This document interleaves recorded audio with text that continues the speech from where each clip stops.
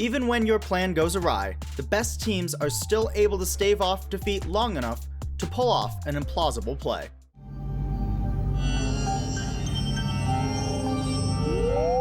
In the first round of Nepal between the Guangzhou Charge and the New York Excelsior, the Charge had managed to take the point and was set up beautifully to continue their control of the objective. Eileen on the Sombra was holding onto the EMP, which is deadly against any team if landing onto 3 or more members.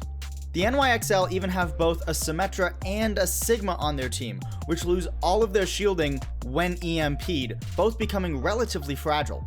The plan for the next fight is simple for Guangzhou and their composition. EMP the enemy team, dive them, and swiftly dispatch the Excelsior. But the plan being simple means it's also easy for New York to predict. When the Charge speed boost aggressively and telegraph their dive, the Excelsior are ready to negate the play. As Rio dives in and Eileen uses the EMP, Libero uses his Ice Wall to keep the supports of Guangzhou out of the ensuing fight, and Onimo is hiding at the perfect range, just barely out of line of sight of the EMP. Onimo then charges in and heals so he can finish charging his sound barrier and uses that ultimate to save Saebyeolbe and the rest of the Excelsior. Now, Rio is overextended and the Excelsior dispatch him effortlessly. At this point, the NYXL should be able to take the fight and reclaim control over the objective based on their solid defusal of a potentially deadly dive. However, the Guangzhou Charge aren't going to make it easy for them because every second the Charge are able to stall the objective, they get 1% closer to victory. Unfortunately, their stall doesn't get off to a great start. Despite the best efforts of Chara and Shu, Krong is demeched and sent packing, leaving only damage dealers and healers alive against a full NYXL team. Chara and Shu, knowing that they can't 2v6 the enemy, back off as quickly as possible, but Shu leaves the Excelsior a present.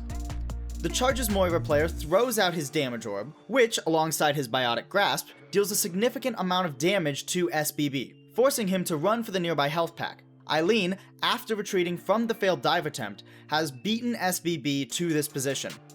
Eileen decloaks, catching Saebyeolbe mostly off guard, and puts his first elimination on the board for the Charge. Meanwhile, most of the Excelsior have moved to the objective and begun to flip it over. While Char is quickly forced off his attempted stall, he buys enough time for Nero to get to the point and takes enough damage so that Shu can finish charging the Coalescence. Now the Excelsior are forced to commit further resources to gain control, and Hotba throws out a sub-par Gravitic Flux, which is completely negated by Chara's sound barrier. Rio is now back with a Fury, and after Nero destroys Mono's Supercharger, there's nothing that the NYXL can hope to do against a devastating Primal Rage. The Charge return to the objective in full force and prevent the capture from the Excelsior. Guangzhou keeps control of the point, take the round, and win the first map against the NYXL.